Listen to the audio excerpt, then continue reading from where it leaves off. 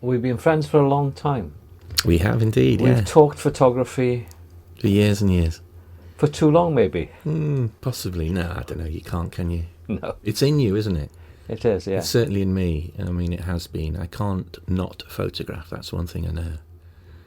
That it's more than just, a sort of profession. It's innate, I think, within you.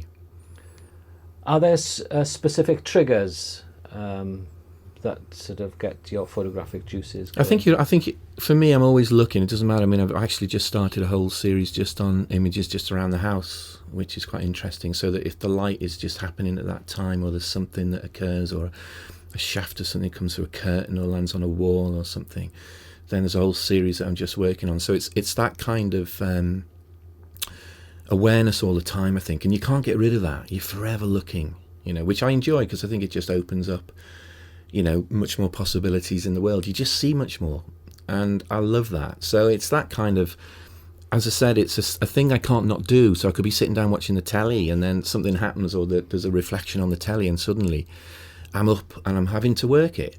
I can't not work those things. So the little things count. Those little things actually count. But then obviously then you go, I guess, searching for the bigger little things, if you like, which might be out in the landscape, or with me, with natural history and things that are happening there. But you're still applying those same principles. So you can be sitting down, watching the telly, and something happens, and there's a shaft of light, or there's a flicker of something, and you think, yeah, that's good. But you're still chasing those same things when you're outside. So it's that kind of applying that same process of looking, really.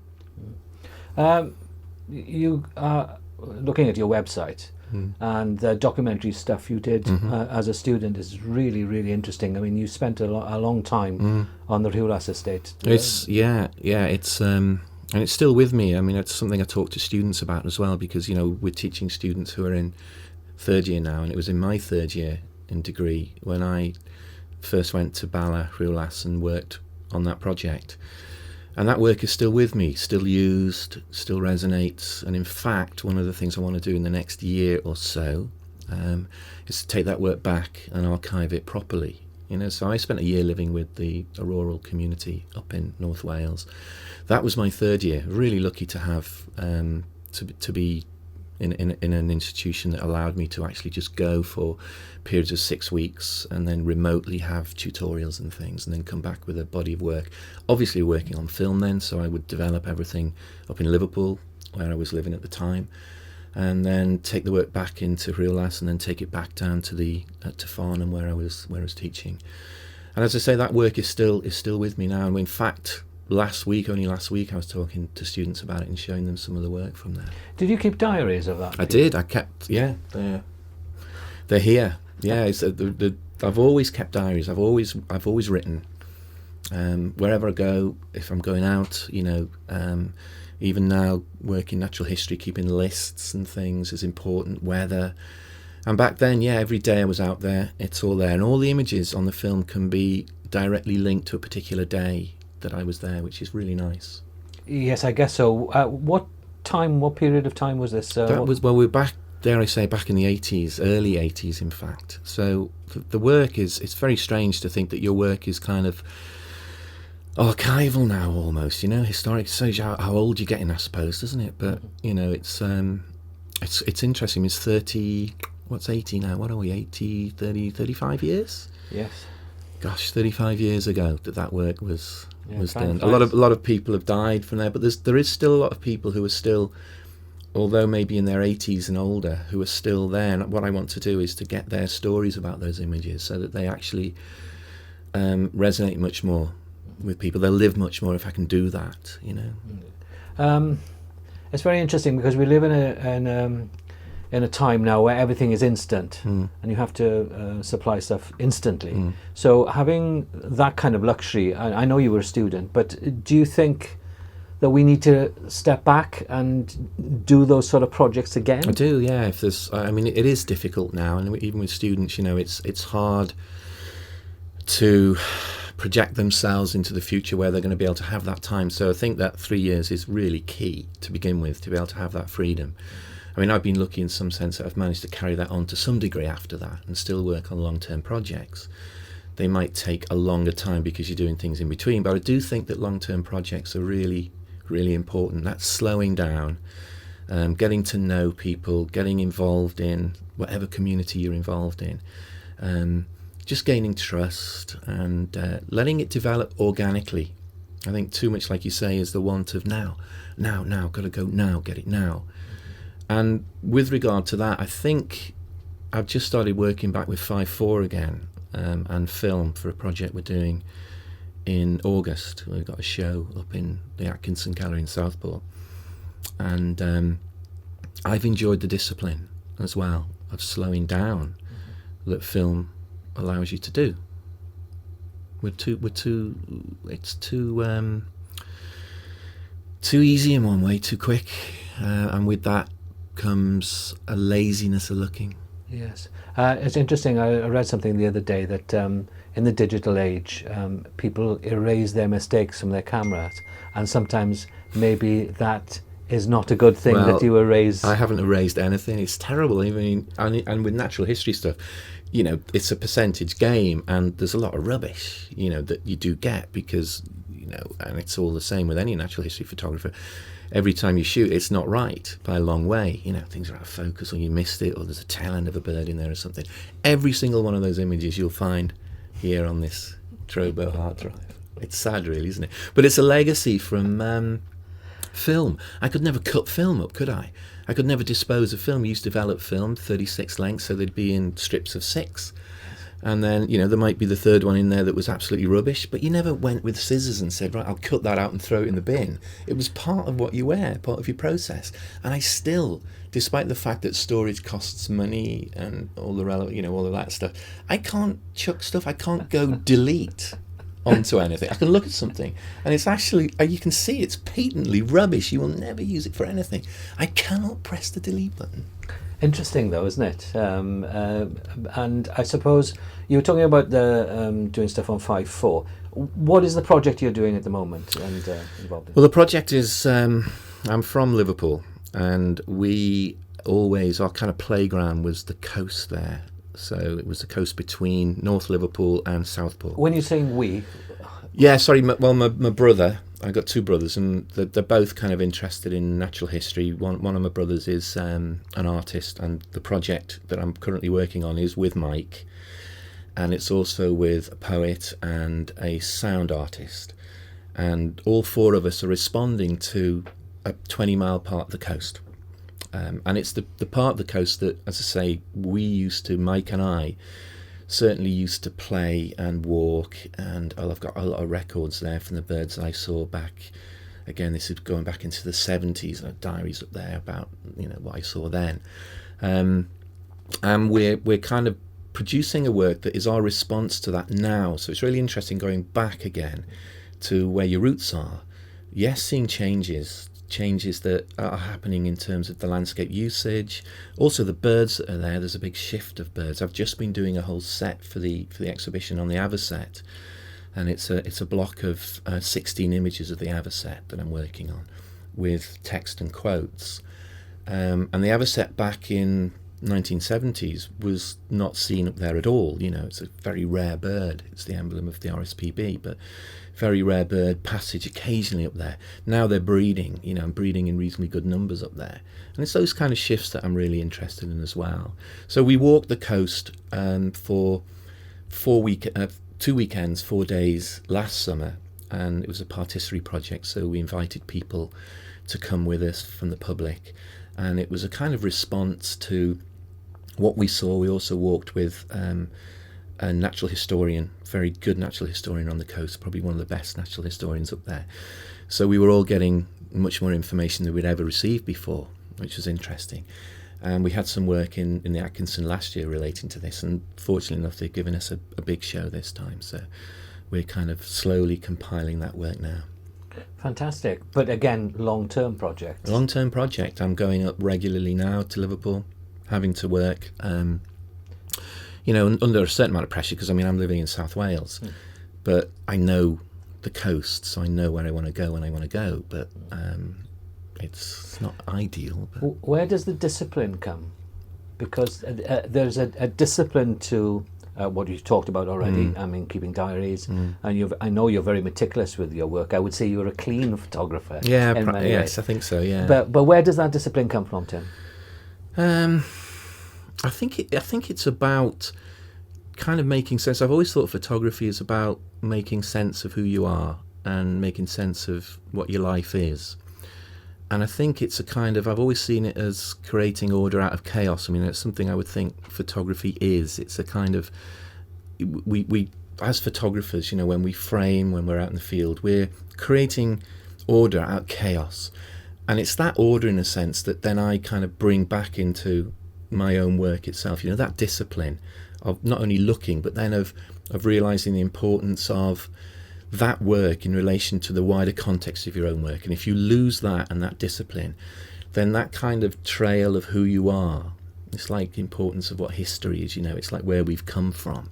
So you look back and you can trace that. And unless there's an order and a discipline in that, I don't think you know who you are at the point that you're at now. Interesting concept. Do you regard yourself as a psychogeographer then? Partly, yeah, I would. Partly, I would. I mean, I think place is key to begin with. Yeah. All right, it's absolutely key. And within place, it's about more than a sense of place and more than an essence of place. It's about a historical interpretation of that place, or a historical understanding of that place. And without that kind of context, I think your work lacks something as well. So yeah, I would say that. Yeah, you photographed. I know for a fact that you have an immense collection of photographs that are to do with Wales. Why did Wales? I know you're from Liverpool, and I'm not sure. I'm not sure if you like the urban at all, really, even though you're from Liverpool. No, I mean I don't. I would always kind of recoil from that. Really, I guess the urban. It's like, I did work in London for a while. Hated every minute of it. What did you do in London? I was just a gallery photographer for the various galleries down there, and really didn't like it at all. Didn't like London. I mean, I kind of just recall from that busyness of everything, and I need quiet spaces. It's like coming back to, we were talking about the room. The room. I have to have a room. I have to have a space, and I can't find that in an urban environment. You feel very claustrophobic in it, uncomfortable with it. Okay, interesting.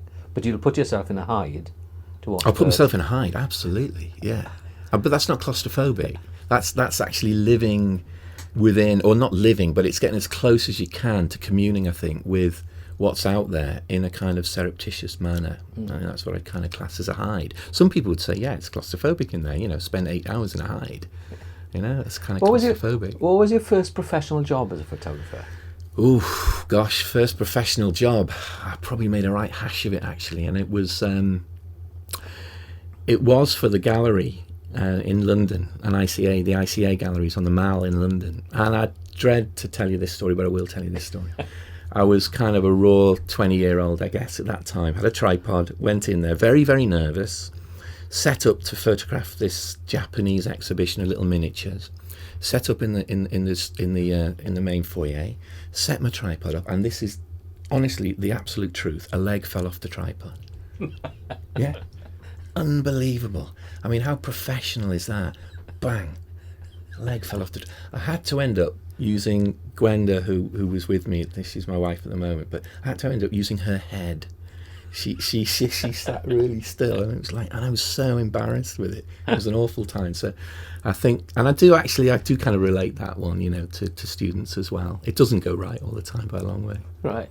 But you've had some other interesting jobs as a photographer as well. I mean, you worked for the museum. I did. I worked for the museum. I mean, you talked earlier about what brought me to Wales, or why I've got a large collection in Wales. Yes, from Liverpool, and Liverpool kind of capital of North Wales in many ways, so that's how it was seen. And I met a girl in school up there, and her family were Welsh and spoke Welsh, and so there was that connection to begin with. She, as I say, she's now my wife, and from college, my first job was the ICA galleries in London. From then I moved to medical photography. Gosh. And spent 4 years as a medical photographer, which was a great learning ground, really, really interesting learning ground.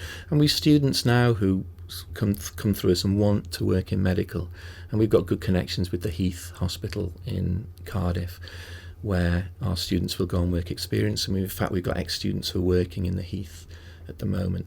And a really good learning ground, not only for the techniques that you'd learn, but for life, I think. I mean, I saw some things there that sometimes you wake up in the morning and think it's not a good day, and you can kind of relate back to working in a hospital environment, what we saw, and think maybe you shouldn't be complaining that much.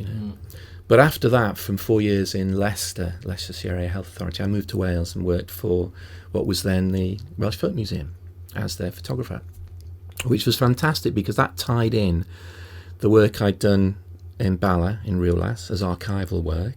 And I think that's what got me the job in the end. And had the chance then to work in archives, which was fantastic, and it was a privilege to be able to work there, handling early glass negs from early Welsh photographers, printing from them, printing for exhibitions, going out and augmenting and adding to the collection. Did you find any gems while you were archiving?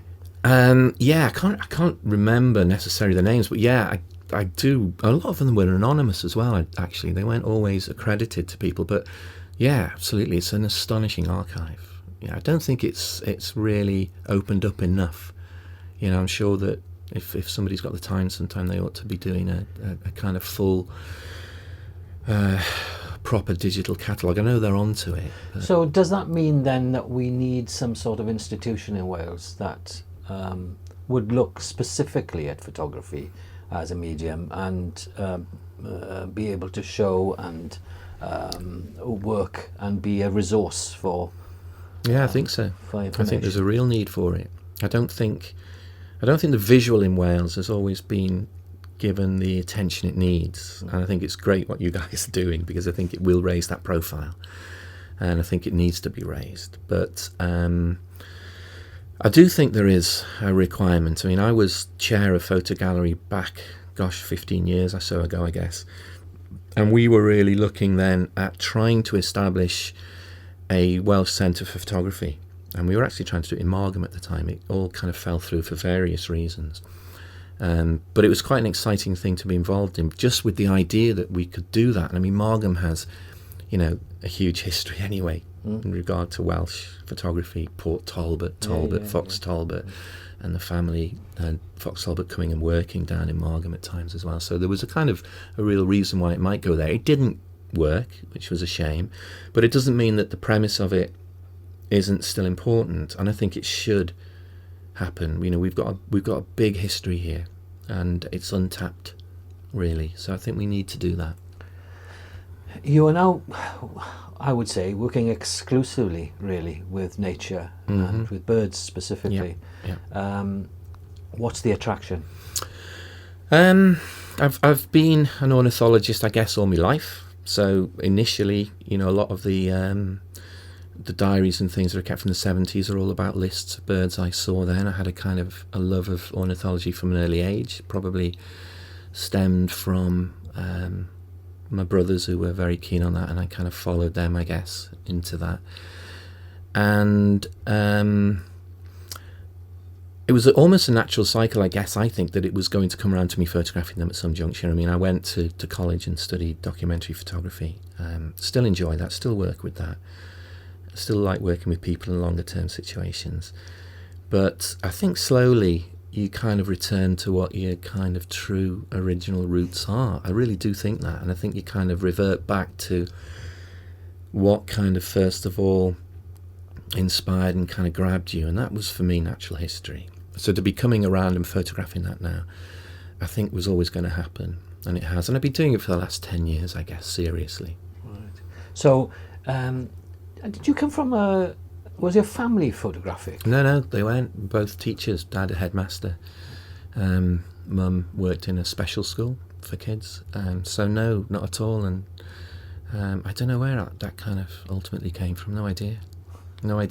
But Mike's an artist. I'm a photographer.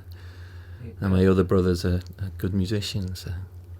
The art's obviously somewhere. Yeah, it must have been somewhere down there. I don't know where. But completing this circle that you're talking about, is kind of.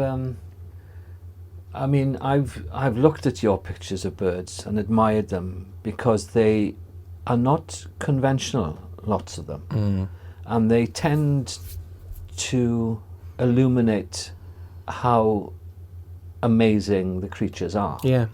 And so what's your premise when you go out into the field? I mean, do you have, or do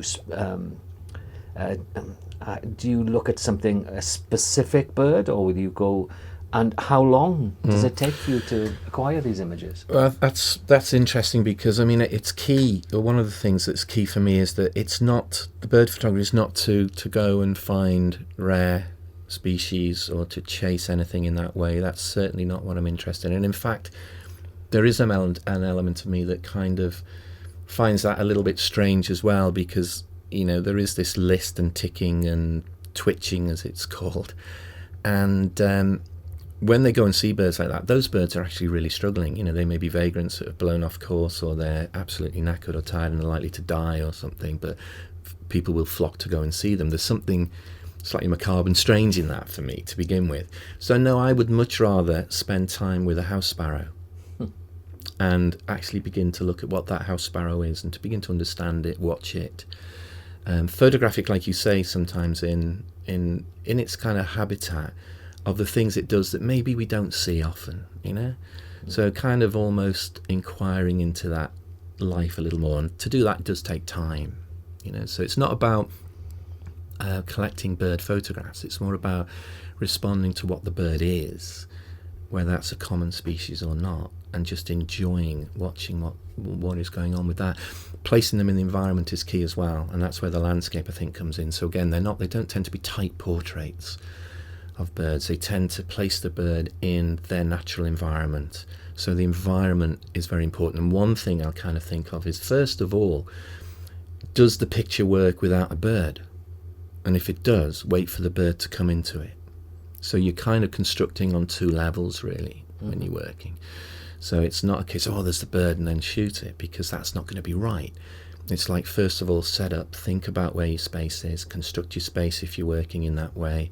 If you're in an environment, think where everything is coalescing to work, and wait, and things will happen. I'm a firm believer in waiting for things to happen and not chasing, which is the kind of meditative way of photography as well. Yes, I tend to agree with it, because I quite enjoy the thrill, the hunt really, of doing street photography. And I have a good friend, Dewi Glyn Jones, who's a wonderful storyteller with street photography, and he and we communicate a lot with each other, and we talk about the waiting. You actually sit or stand somewhere and just wait. Yeah, let it come. And it does come. Yeah, it will come. And it's an extraordinary feeling when it does happen and when things start to work. Yeah, I mean, it's funny because I do spend time in hides, and my own hides that I've built on the farm. But at times I'm in hides where other people are coming in, and it does amuse me sometimes when they'll come in for 20 minutes or 10 minutes and go, and they'll come in and say, well, have you seen the kingfisher yet? No, oh, well, we'll go and have a look somewhere else. And it's like, well, if you wait, it'll come, it will come. But they're kind of moving around all the time, and there's something about, again, life that wants you to always think that something else is happening somewhere else, and where you are, it's better somewhere else. And it isn't. It'll happen if you wait, Has this come with age? Probably, yeah. Probably it has. Yeah, I think so. Yeah. But you do meditation, you see. Well, I mean, it's something I've learnt about you today. I've known you for, 15 years? Probably more, I think. Probably more, yeah. You taught my kids. Oh, God, yeah. Yeah.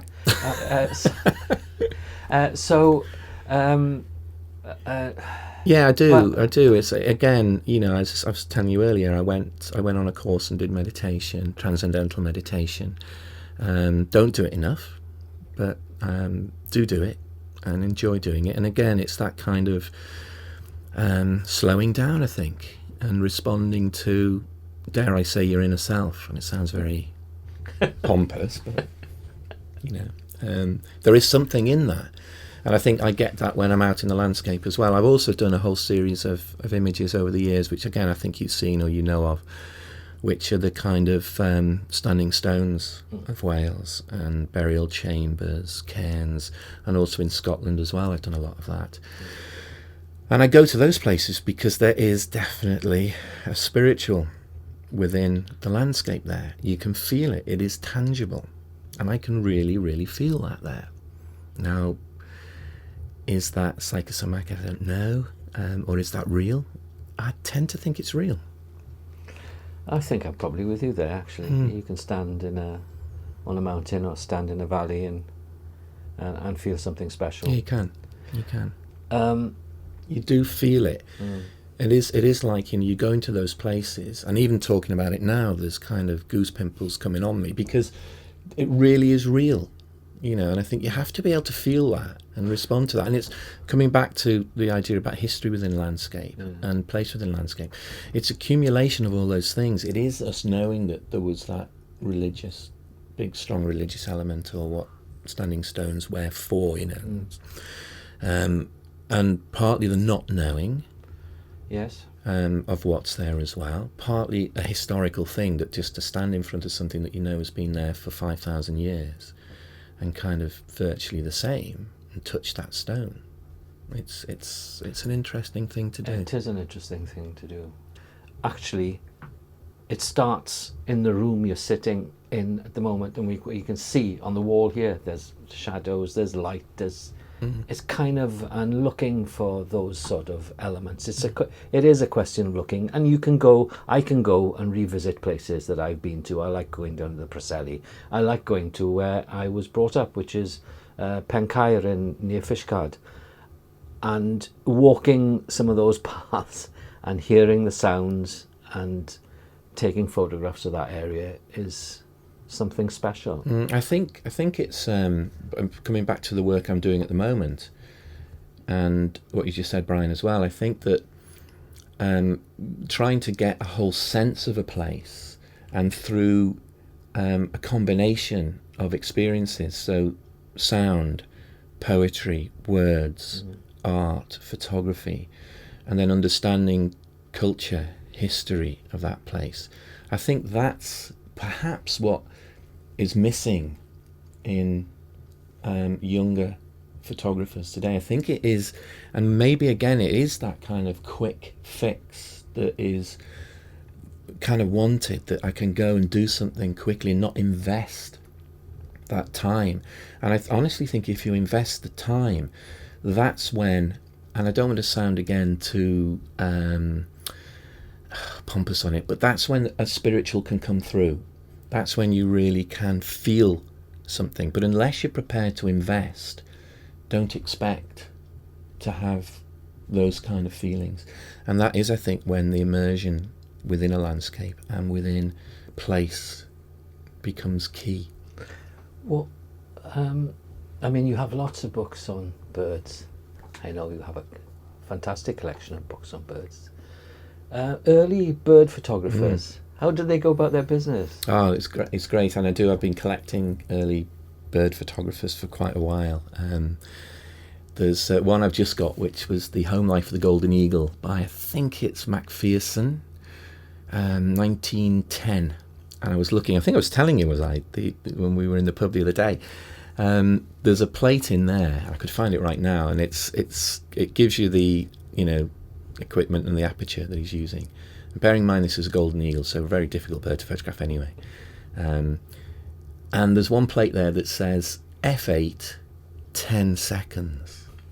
And I just love it, F8 10 seconds for a golden eagle. Now, yeah, they do stand kind of very rigid and still when they're kind of over their territory, looking out from over the nest, but come on, 10 seconds. So I do like, it's partly why I'm back in 5.4, I guess, to some degree. It's kind of beginning to experience a little, only a little, of what these guys did, like the Keaton brothers, R.B. Lodge, Oliver Pike, people of this nature, some of the pioneers of early bird photography.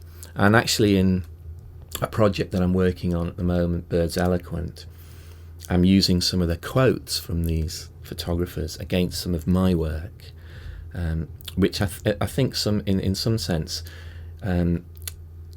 underpins where my philosophy of bird photography is. There's some lovely quotes. I think they understood it in many ways a bit more than we do now. And I think partly, coming back to that, Brian, again, it's interesting, and partly that is because of the time they had to spend. You know, it's a little easy for us, if I'm honest now. You know, back in sort of, 1900, it was a harder game. Well, it was the equipment and lugging it around. And if you look at some of the hides and things that the Keaton brothers constructed, or how they constructed it, there's a lovely little kids book called In the Belly of an Ox, which is just it's an artist who's done a story of the Keaton brothers through just like a kid's book. And you look at them and you think, oh, they've got to have made some of those up. They couldn't have done that. And at the back of the book, there's real photographs of the hides and how they constructed them. You think, actually, they did, And In the Belly of an Ox refers to the fact that they were one of the first photographers to use this concept of a hide, and they'd seen that actually birds were not afraid of cows. So, they thought, well, actually, we'll get a cow then. And we'll get the skin of a cow and we'll just hollow that out. We'll sit in it, put it in the field, and we'll sit there. And the birds will come to them. Fantastic. Who do you admire as a photographer? Well, I can tell you why photography really became important for me, and that was a very salient moment when I was an 18-year-old, and I went to a talk by an American photographer called Ralph Gibson. And there are moments in your life when you just know that's what you want to do. And again, I'm kind of getting this slightly goose-pimply feel when I talk about this, because it's so important with me. And I sat there. I had an exhibition in Walker Art Gallery, I think it was at the time, and then he was doing a series of talks, and I went to them. And he showed work that probably you wouldn't associate me with necessarily now, but it was really beautiful. It was eloquent. It was off the wall slightly, beautifully seen stuff. And I walked out of that place thinking, that's for me. That's what I want to do. And it was from then on that I didn't kind of look back on it, and photography's just been my life since then. So Ralph Gibson is the first photographer that is kind of key, I guess, with me. Then coming up through education, photography education, 3 years in degree, it was probably more of the documentary photographers then. And I actually spent 3 weeks work experience with a guy called Chris Chapman, who's a very, very fine photographer down in Dartmoor, and he's got a wonderful collection which kind of inspired me to begin the Welsh collection, I think, that I've worked on. People like James Reviliers, again, great photographer. Chick Chalmers, Scottish photographer, and obviously some of the kind of big pioneers from earlier on. So a big hero would be Eugene Smith. Yes. And as much as Eugene Smith for his philosophy and his attitude and his incredible determination that his images were going to be used how he wanted them to be used. Actually, that's part of your raison d'être as well, is that you your passion about it being right is I've always admired that in you, and to a detriment sometimes, perhaps, because you're overcritical, perhaps. Yes? Yeah, I think so, and also there is that sense that it's never right. It's never ever right, and in a sense, it never ever being right means that you're always reluctant, perhaps, to show some of that work. And I have been criticised at times for, well, why don't I show much more work than I do? And yeah, I probably will at some juncture do that. Perhaps you've reached the stage in your life where that it would be important. I think perhaps I have. I think perhaps I have, actually. But the nice thing about that is that photography for me isn't about showing work or having it necessarily published, although I have had that, number of books and things done, but it's more about what it means to me. And this is coming back to that key thing that I can't not do photography. That's the interesting thing for me. So I can have a lot of images and people say, oh, why haven't you had a show of this or a show of that? Because that kind of side of photography has never really interested me. You know, I mean, I have shown and done exhibitions earlier, but I've had a kind of quiet period when I haven't done that. But it's not kind of worried me. I've still photographed. It's still there. I still need to do it. And maybe one day somebody will look at them and say, oh, we'll do something with them now. I don't know. But maybe I'll do that, as I say, when I, get a little older again. I don't know. You were talking to me earlier about, there's a local farm here that that you go photographing, and you're going to spend maybe a year. It is a thought. It's a discipline again that I'd have to do. It's a farm. It's only about 3 miles away from here, and the River Ely runs through it, and we've built 3 or 4 hides on the land. And I've got my old caravan on there, which is great. So it's a little bolt hole if ever I need a bolt hole. And coming back to that, it's rather nice sometimes to be able to get out of the kind of melee of everything, And there is an idea. I've worked on it for, I guess, about 6 or 7 years now down there, but in spells, And what I haven't done is actually gone right through a year. So there is an idea that I should be disciplined enough to only photograph down there. And actually it was Hugh, my lad, my son, who said, Dad, why don't you just do a year down there and photograph nowhere else? And I thought, could I do that? Could I not sit in my lounge, and when that light flickers through and hits the wall, say, actually, I said every image is going to be taken just down in one location? And I've kind of argued with it and said, well, what's the validity of doing that? What's the... Do you know? And I'm not sure. I can't kind of quite get my head around whether the discipline would be fantastic and say, no, every time I press that shutter, it has to be within a certain place. Yeah, I remember you telling me once the project you wanted to do is you wanted to sit on a beach in one place and just photograph the tide every 5 minutes. Which I've done a few times. You've done a few times? Yeah. You don't show me though. Yeah, no, I've done this a few times. Yeah. And what was the other thing you were going to do? And you had a rotational system where the degrees of the camera moving. Have you ever done that? It's the construction is made. It's in the loft. It's kind of waiting to happen. Yeah, so it will. So there are projects that are kind of on the go.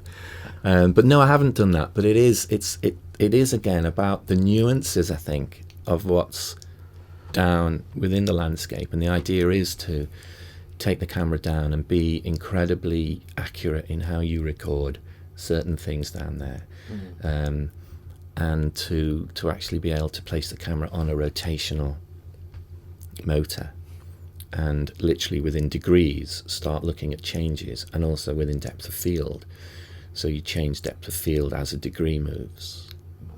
But, I don't know, it's But that was inspired by your another artist friend of yours, Brendan Burke. It was indeed, and Brendan, I've done some work with Brendan's paintings on that and rotated them. They're on the computer here. So, because Brendan's paintings are all on the coast, all inspired from Pembrokeshire and down by the coast, and we've walked many times together down on the coast.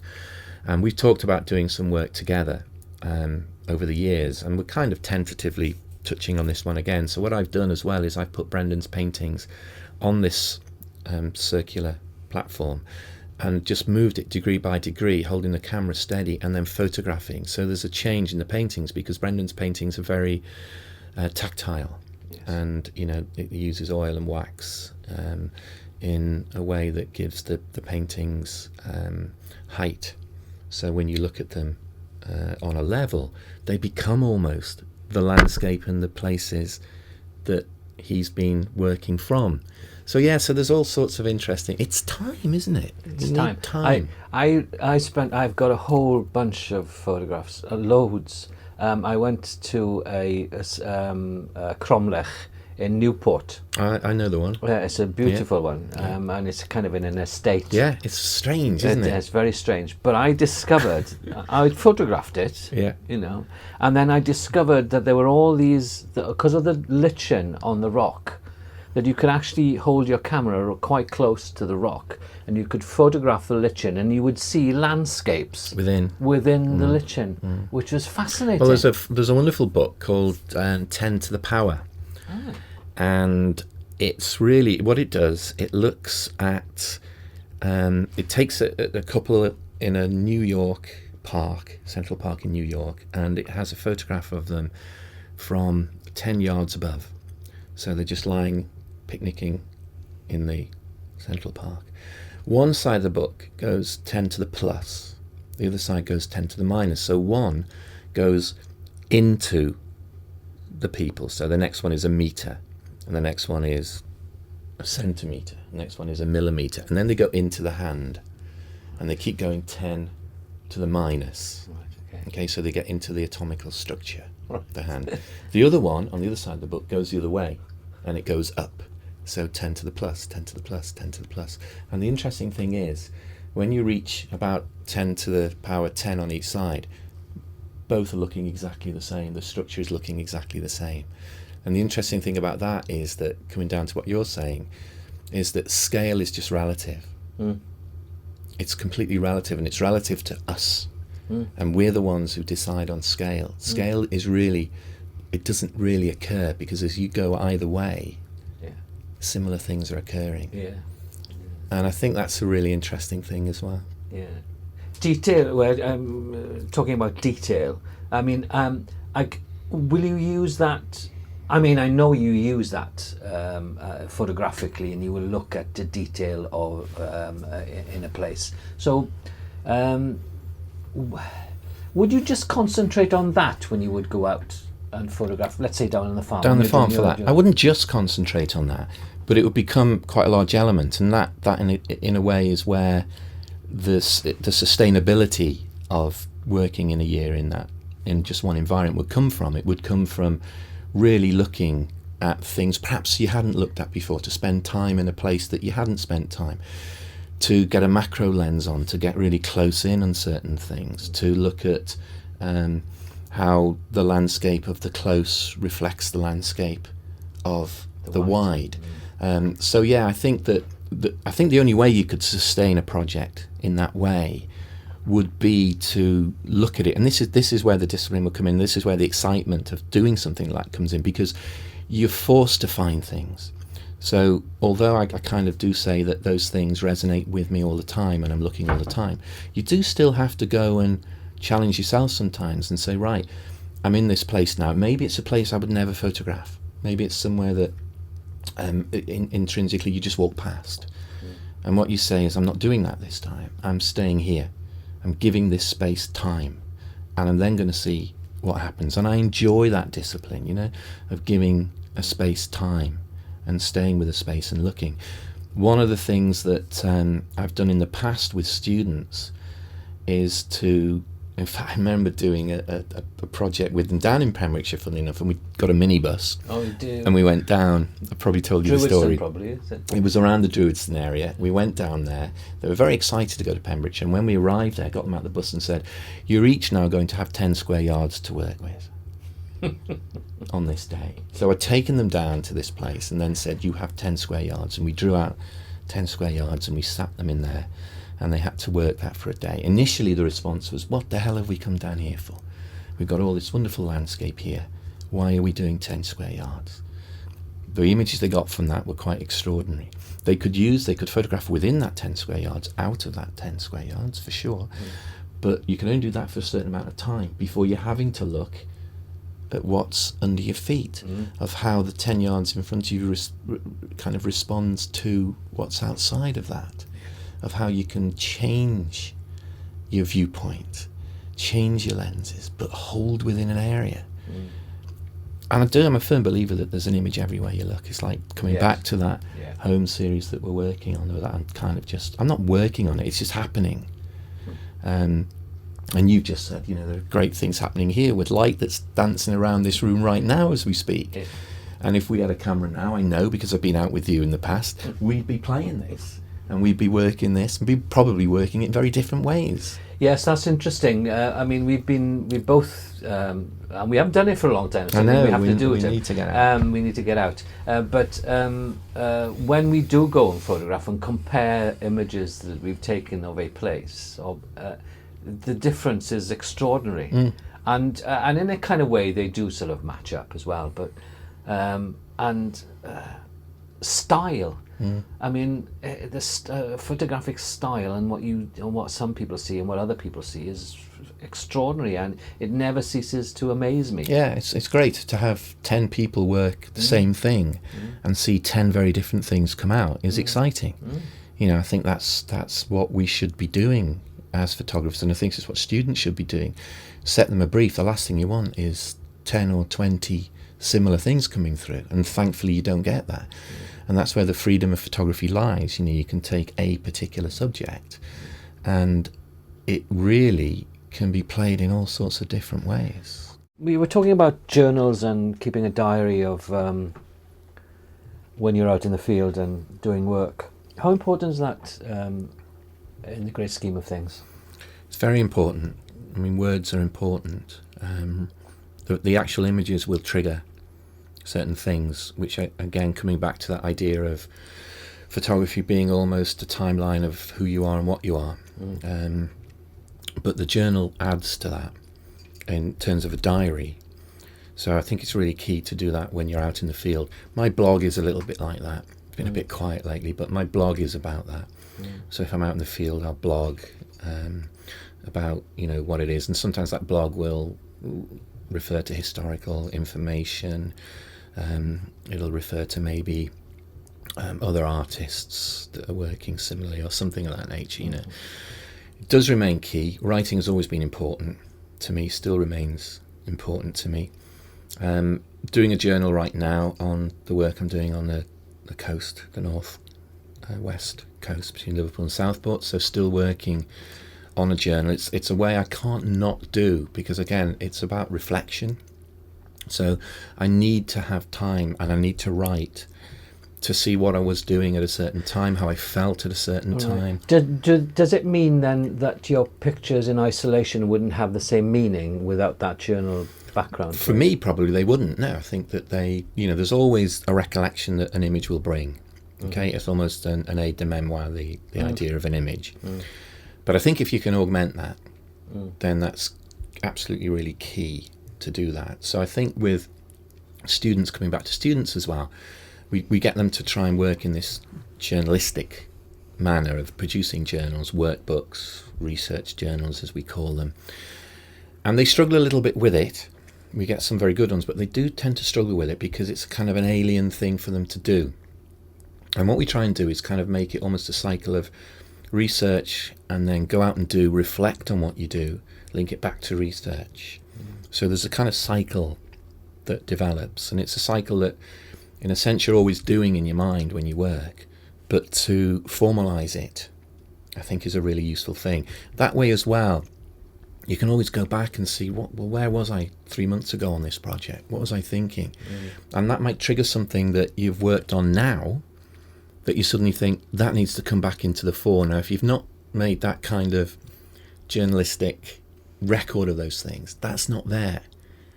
So your work, again, it's coming back to that idea. Your work has to have roots.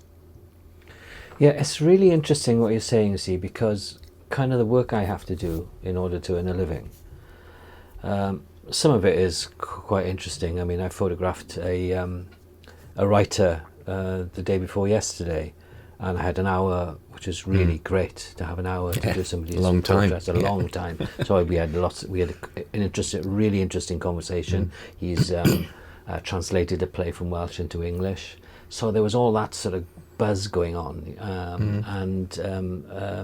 but I don't record that.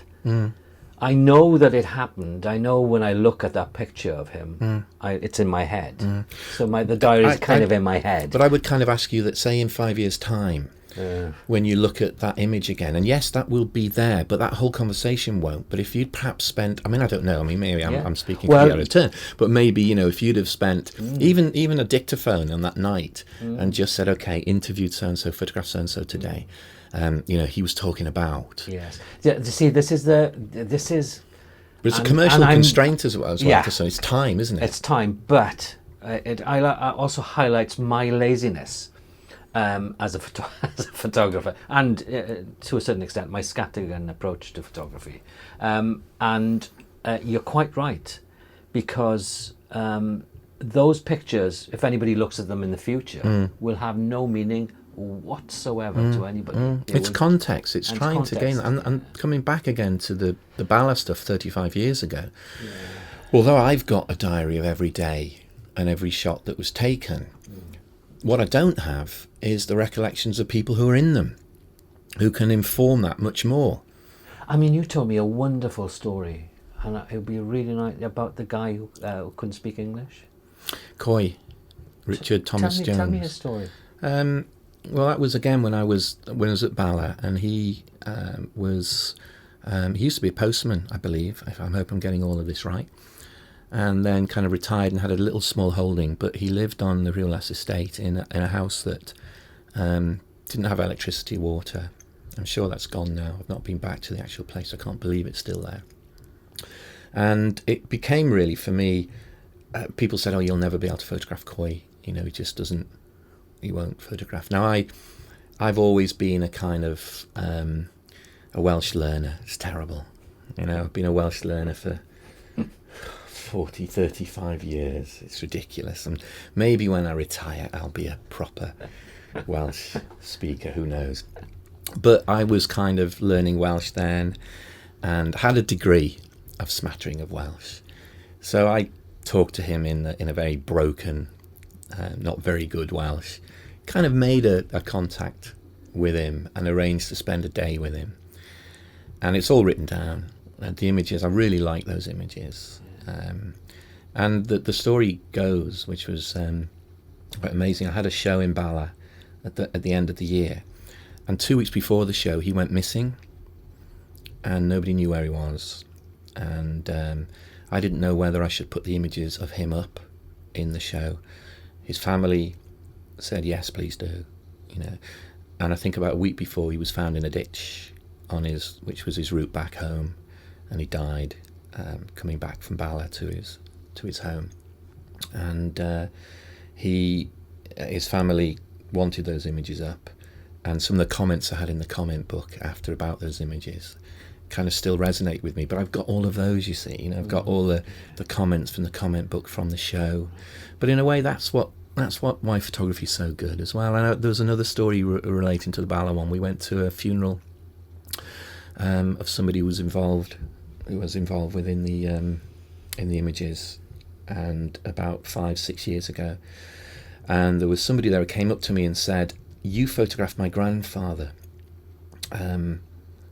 years ago and me on a farm.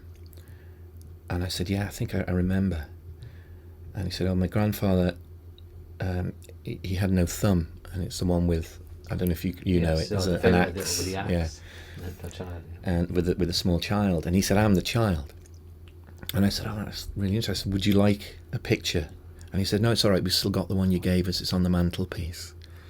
And I mean, I know it sounds quite sentimental in a way, but that's what photography can do and means, I think, if you treat it correctly somehow, you know. I've always thought with photography, and I try and get this over to students, that as photographers, we shouldn't just take. Why should we do that? We should give as well.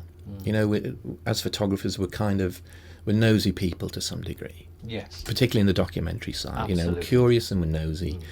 And the camera's a tool for us to open doors with. You'll have found that. Yes. You know, go up to people, ask them, and amazingly they'll say yes, come into my front room and take pictures of me, you know. And if you just knocked on the door and said, can I come into your front room, I'm interested in your mantelpiece, they'd say no. But if you say, I'm doing a project on this, and you know, then suddenly the camera's got you places and in.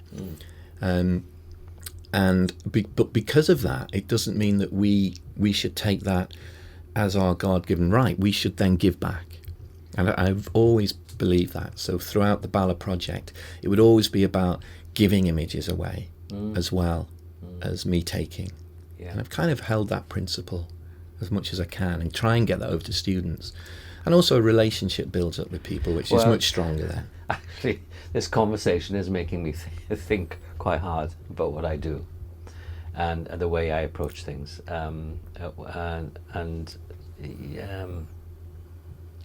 Which I've not given it much thought, I must admit, about this sort of thinking about writing things down. I have, I think, on my website a blog place, but I've never blogged. I don't know, maybe it's because I'm scared to do it. Maybe it's, because in effect, by writing it down or recording what you're doing, it is actually an important thought process in many respects. I think it is, yeah. I think it is. And kind of vital, because, you will find go around, it's not antique fairs, but you see boxes of photographs, boxes of people's where's the lives, story? and there's no story there. Where's the story? And that's kind of quite sad. Yeah. Because I was thumbing through some stuff on St. Mary Street, and they have a kind of fair there, and there was a guy, he had a box full of photographs, all nicely kept in envelopes and things. He was charging a fortune for them, but there was no context whatsoever. And some of there were some really lovely photographs. So you're right. I think context is very, very important. Did you discover, because I presume the stuff that you were looking through when you were working at the museum and the plates you were seeing, they didn't have any context either, or did they? Or some did. Yeah, some they'd have a date, they'd have where they were got from, where they were collected from, and then there were some, historians and the archivists who would try and trace and find information about them. So they were filling. There was a card that they used to have. I presume that's all been digitised, where they would try and extract as much information as they possibly could. So do you put that? In your workflow? Do you put that information on your metadata? No, I don't. No, it's in the diary, but I don't put it on the metadata. And maybe it's something I should do. It's that extra discipline to do that, because then it's always there with the image as well, isn't it? Yes. Because the metadata stays with the image. So, maybe that's in this conversation, thinking, yeah, actually, why aren't I doing that in the metadata and just typing out what it was and the day, instead of just putting it in a journal that perhaps sometime will get dislocated from the work itself. So, I might have all these journals. You could open that cupboard there and there's journals galore in there, but maybe tying them up, and if somebody throws that box away one day and has the photographs, so we'll keep the photographs, but let's get rid of all of these. That goes. But I guess one thing with digital is you could be putting it directly with the image. So how do you cope with workflow in the modern sort of era? Because we're taking a lot of photographs. I mean, I take a lot of photographs, and I find that it's getting increasingly painful in some respects. Well, I work on. My workflow is from camera, and then into it's a Drobo, so it's a sort of an arrayed backup system, and I'm fortunate, I have to say, that my lad again is very IT savvy, and so kind of helps me with this sort of thing. And there's a remote backup from this that every time I download images, downloads to another backup off-site. So that's always happening off-site. So there's always a backup off-site. But I work in Lightroom primarily. Photoshop I touch a bit, but not much. Most of the things I do in Lightroom, because I'm not a manipulator. I never have been. What I do in the digital platform is work in the same way as if I was in a darkroom, because I'm darkroom trained. Yeah. Did a lot of work in printing in darkrooms, and I tend to limit everything that I do in the digital platform back to, if I could do it in a darkroom, I'm allowed to do it there. If I couldn't, then I'm kind of a bit worried. And that kind of holding on to a sense of truthfulness within the image is key. I think today there tends to be too many saturated images as well. There's too many images that are kind of pushed with the saturation. I think, whoa, hang on, kind of like to try and keep it as much as what we saw. Very difficult to recall that, of course, but that's a kind of aim on that one. Craft's important. Craft is hugely important. When you used to work in a darkroom, then I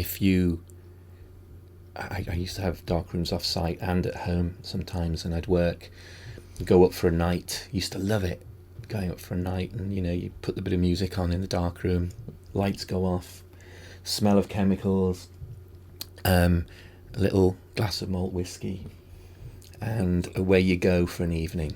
Love it. Yeah, really, really miss that.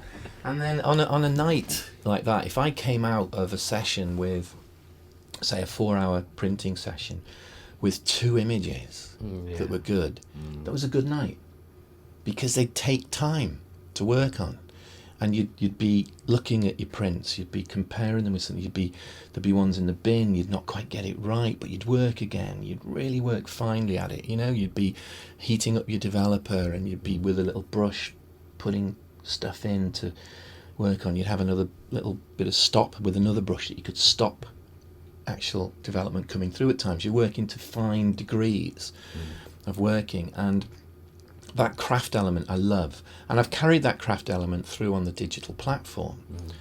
And I think if I have a kind of a bit of a gripe to students that I see, is that, and I'm not saying this to every student, that every student is like this, but I would say the majority don't have that element of craft within their work now. I think the digital platform has made them lazy, and they see that when they take the image, that's almost it, apart from perhaps a bit levels. Doing the levels, if it looks a bit underexposed, they'll increase the levels on it, instead of saying, actually, can look at that as a digital negative.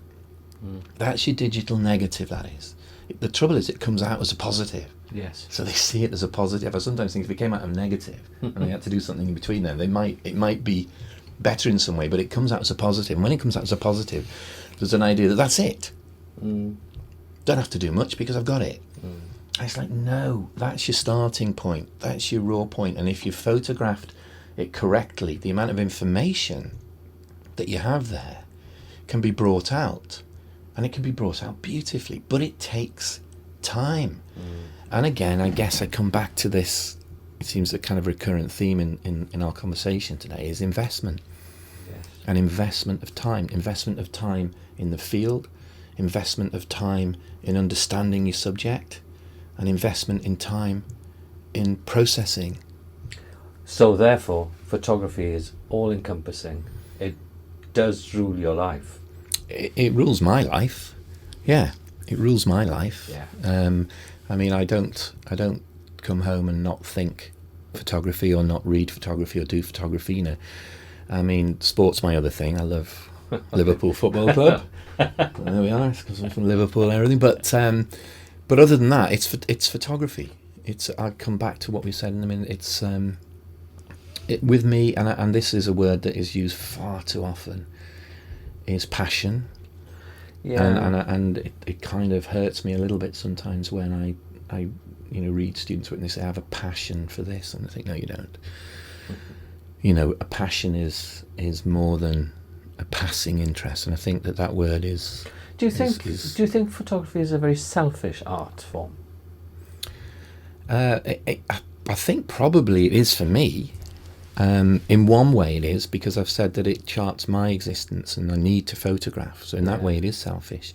At times I think that selfishness disappears when, like some of the stories about Bala and what your images have meant to people, then I think that's when it can sort of transcend the selfishness and the giving of that. Then I don't think that's selfish. But I mean, as a broad process of what photography has meant to me, then probably it's actually meant quite a selfish journey. Interesting. Yeah, you see, it's very strange. It sparked something off in my head about another photographer who I know, Matt Horwood, who is self-taught photographer. He works in, he does news. And it was very interesting. I had a long conversation with him over a cup of coffee. And Matt is a really intelligent guy. I think he's a good, I think he's more than a good photographer. Yeah, I've seen his work. I know his work. But because of the nature of the work he has to do, he has to photograph dogs and people with dogs and people on a sled, and he has to do that mundane stuff that newspapers eat.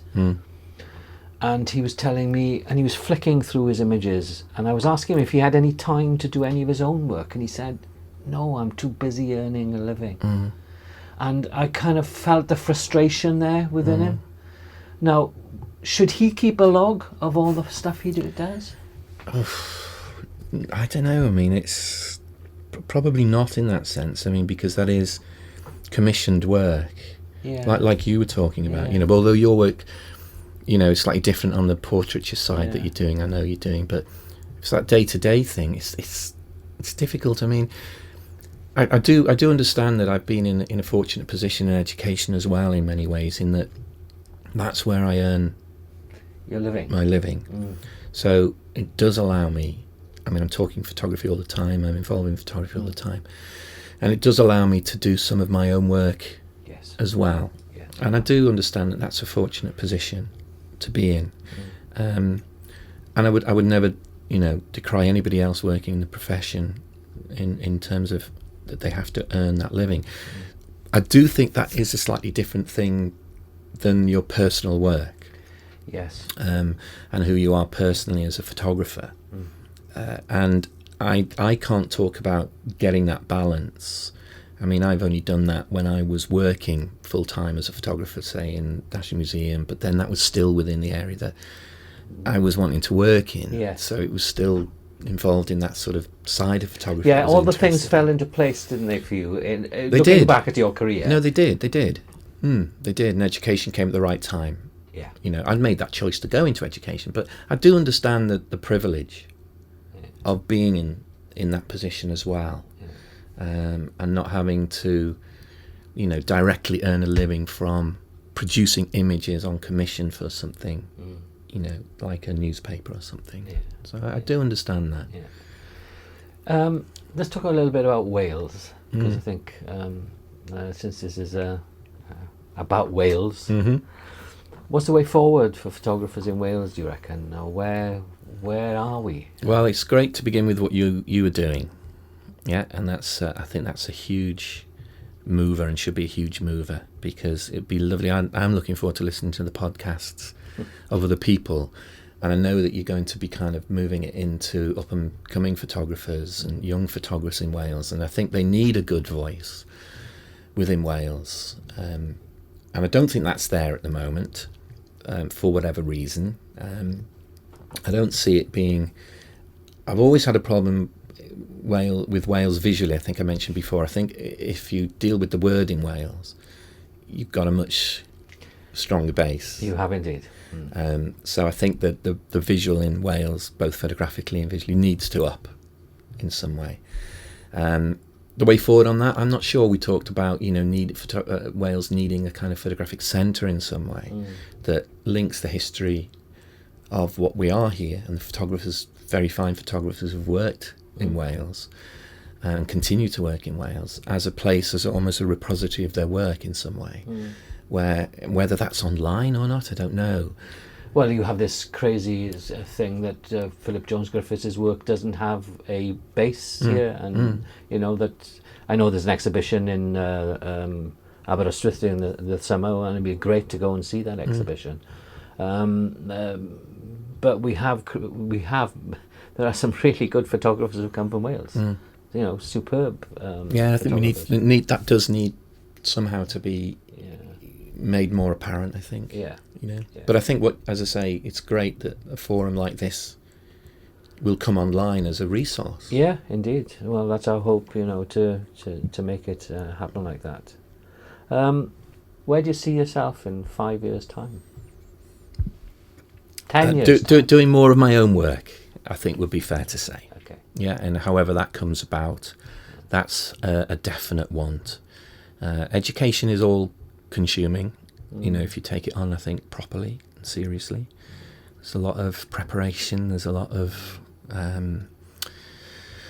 other things that kind of get in the way sometimes of lecturing and teaching, but yes, in a kind of fortunate position, as I've said, but I do see myself in the end of kind of pulling back further from that and then developing some of the work that I've got going now, but in a much stronger way, really. So a kind of exciting period. I think that hopefully the next 10 years, so about 10 years, is more about me. That sounds very selfish, and maybe that's coming back to the question about, is photography a selfish indulgent kind of medium. Perhaps it is. And I need time to do that. So I'm looking for time. You've your daughter, Nia, is a photographer. Yeah. And I guess she picked that up from her dad. She definitely did, yeah. She wants to eventually move into working with aid agencies, and she's been to Bolivia and is off to Nepal soon. Oh, wow. She's contacted lots of charities out there again. And yeah, you know, she loves it. She initially started doing natural history with me and then moved off on her own way to much more, I guess, social documentary work. Yeah, and enjoys it. Fantastic. Why did you become an educator? I became an educator because I love seeing people develop from sometimes a kind of standpoint that they didn't believe they could, you know, in a sense. It's that enjoyment of seeing somebody flourish in some way. I've never believed that we should hold back anything in terms of our own love of things and our skill of things. I think education is about just giving, and I'm a firm believer in that. So I'll never say, oh, this is my technique. I'm not going to tell anyone how you do this or how you do that. You can't do that. I've seen it happen in educators where it's like, oh, I'm not telling you that because I've worked 10 years to kind of work to that point. You know, if you're an educator, you can't do that. You have to kind of open up and just say, right, you know, look, you move with this now. I've been doing this, it's kind of worked. You move with this now and you see how this works. It's also great to work with young, fresh minds, you know, and we've got some very, very good students who I know will do well ultimately. And it's exciting working with them. They challenge you sometimes as well, you know. From an educational point of view, I mean, lots of people, I guess, I don't know if I'm right in saying this, but sometimes I think that people go in to do photography because they think it's easy. Do you find that at all? You do. You do, sadly, you do. And I think actually it's probably one of the hardest mediums, not one of the easiest. I think that there's an essence of, well, I couldn't do this, I couldn't do that, but I can always press a shutter. I can always make an image, and of course you can. Of course you can. And one thing I'm always saying to students is there has to be more, because everyone can press that shutter. But in the same way that everyone can draw, if there's a need to, you can draw. You know, it might not be brilliant. I could draw you here. I can make a representation of you. Okay? So I can draw as everyone can draw. Yeah, you draw birds though, don't you? I do some drawing of that, but I mean, it doesn't matter who you are, you can still hold that pencil and make a representation of something you see in the same way that you can press a shutter and make an image, okay? But the thing with photography is that it's deemed that it's an easier process to produce something that is good. Right. And I would argue that one. And I would say, coming back to points we've talked about before, is that without a clear understanding of what it is you're photographing and why you're photographing it and what it means to you, so that's the investment again of time, that you're never going to make as fine a representation of something as you can. Yeah.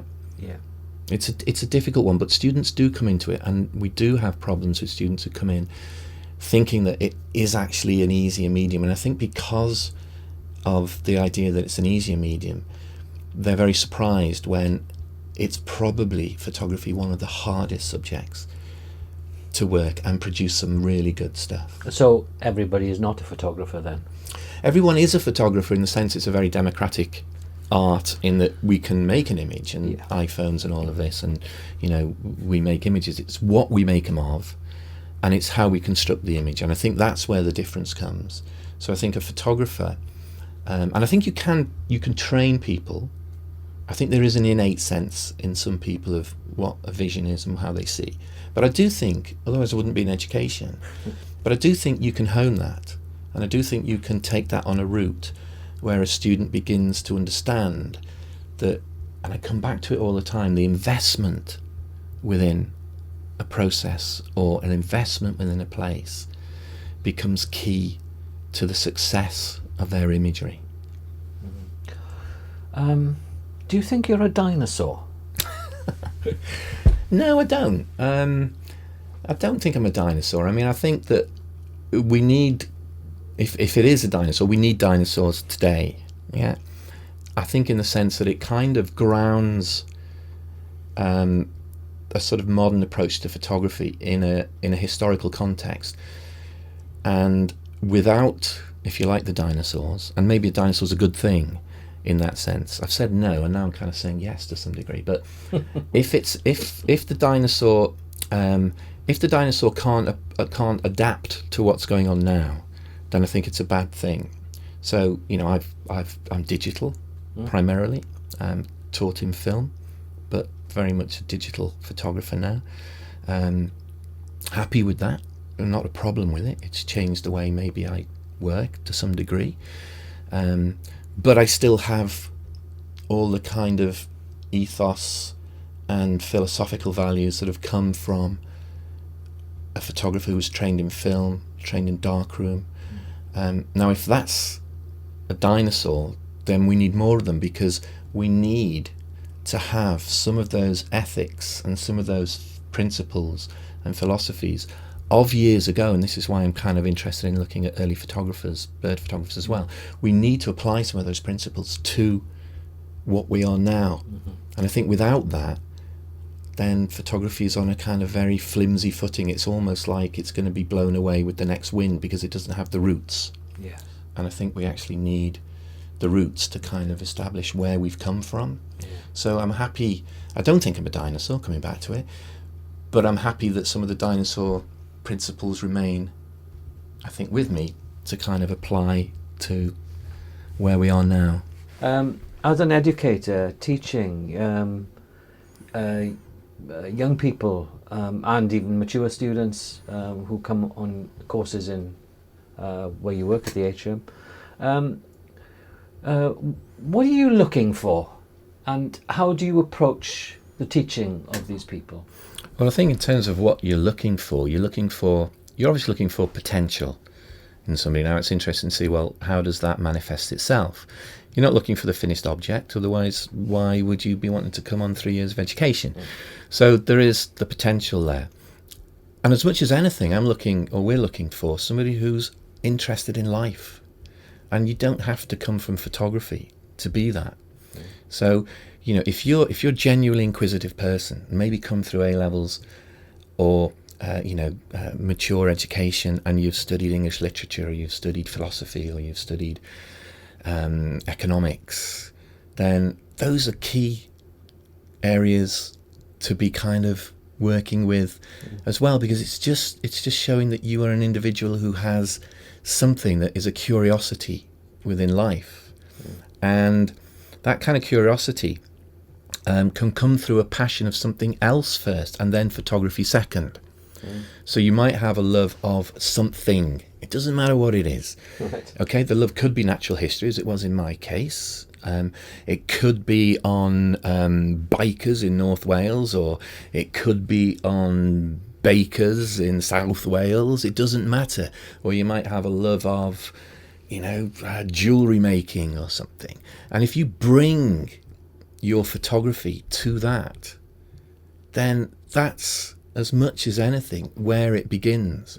The photography, in many ways, for me, it's just a way of documenting and recording your passion. And your passion is the first thing, and that doesn't have to be photography. And I know it's curious, because you think, but it's a photography degree, it has to be that. No, it doesn't. Photography is a means of expression of something else. Of something inside your head. Of something inside your head. Or inside your heart. Yeah, absolutely, absolutely. So I'd expect to see somebody bringing a body of work in, and that body of work doesn't have to be brilliantly shot. You'd hope it would be reasonably exposed and things, but or brilliantly shot or anything in that way. But it would show me that they had an interest in a particular area of work. Now, if they have that, I'm interested in them. I would much rather that than a scattergun approach to somebody who comes in with 20 or 30 images, and they're all over the place, and there's some from the holiday, and then there's some of the dog, and then there's some of Auntie Mary at a wedding and something, and all of this sort of thing. Then doesn't tell me anything. It tells you it's scattergun. It tells you almost like you're seeing photography for what it isn't. Somebody comes with 20 images of, mining memorabilia from Wales or something, then I'm interested. I'm thinking, right, okay, you've got something here. You're thinking, you're bringing your own subject and you're bringing photography to it. And in many ways, Sebastião Salgado is the greatest example of that. He didn't train as a photographer or anything.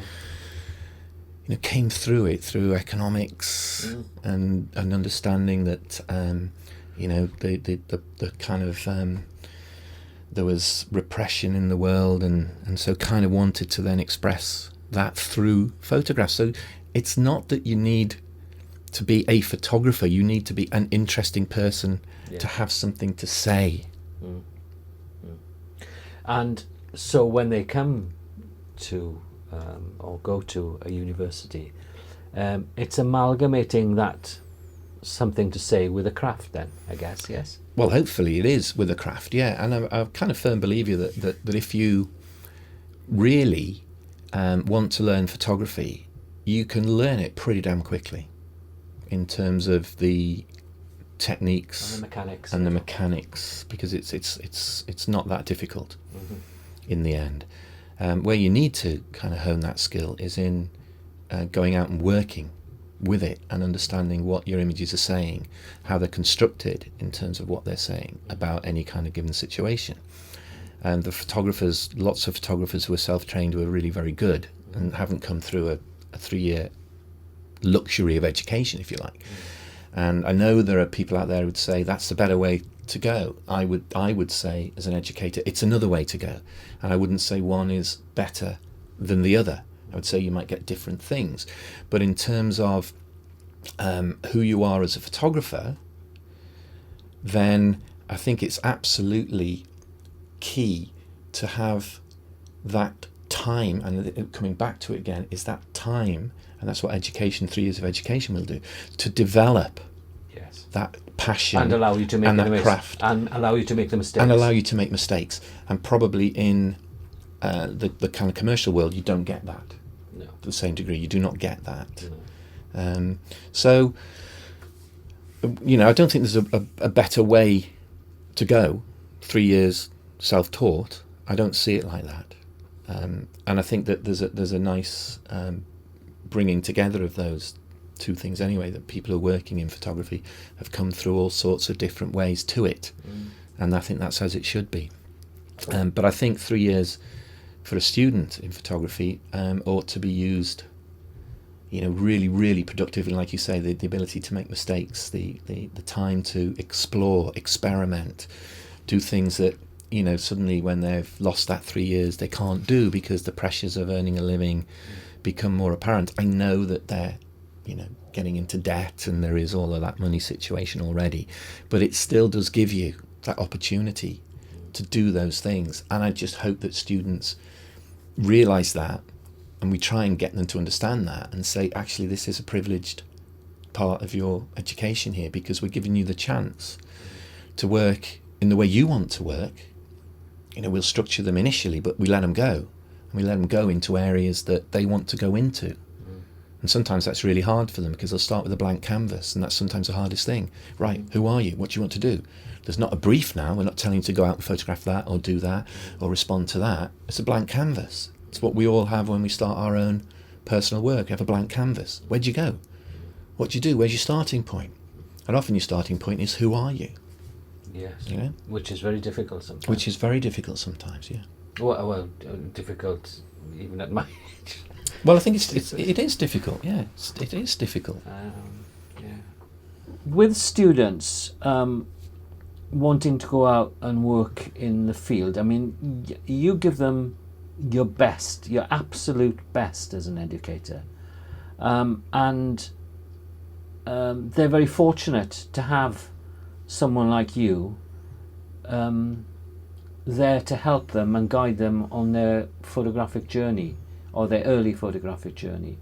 Do you think there's a responsibility on the students as well to source other people who are equally or who could give them a different take on the actual business of being a photographer out in the field, freelance photographers or photographers who work in studios. Do you think that they should take initiatives themselves like that rather than depending on a university to do it for them? Yeah, definitely. I think that it has to come from that, because that just shows that they have got that drive, that initiative. You know, I think if something comes through from a university asking for placements, then straight away it's kind of like, well, why? You know, it should be coming from that individual, because that individual is targeted at a particular place, has offered their services, if you like, to get involved in that.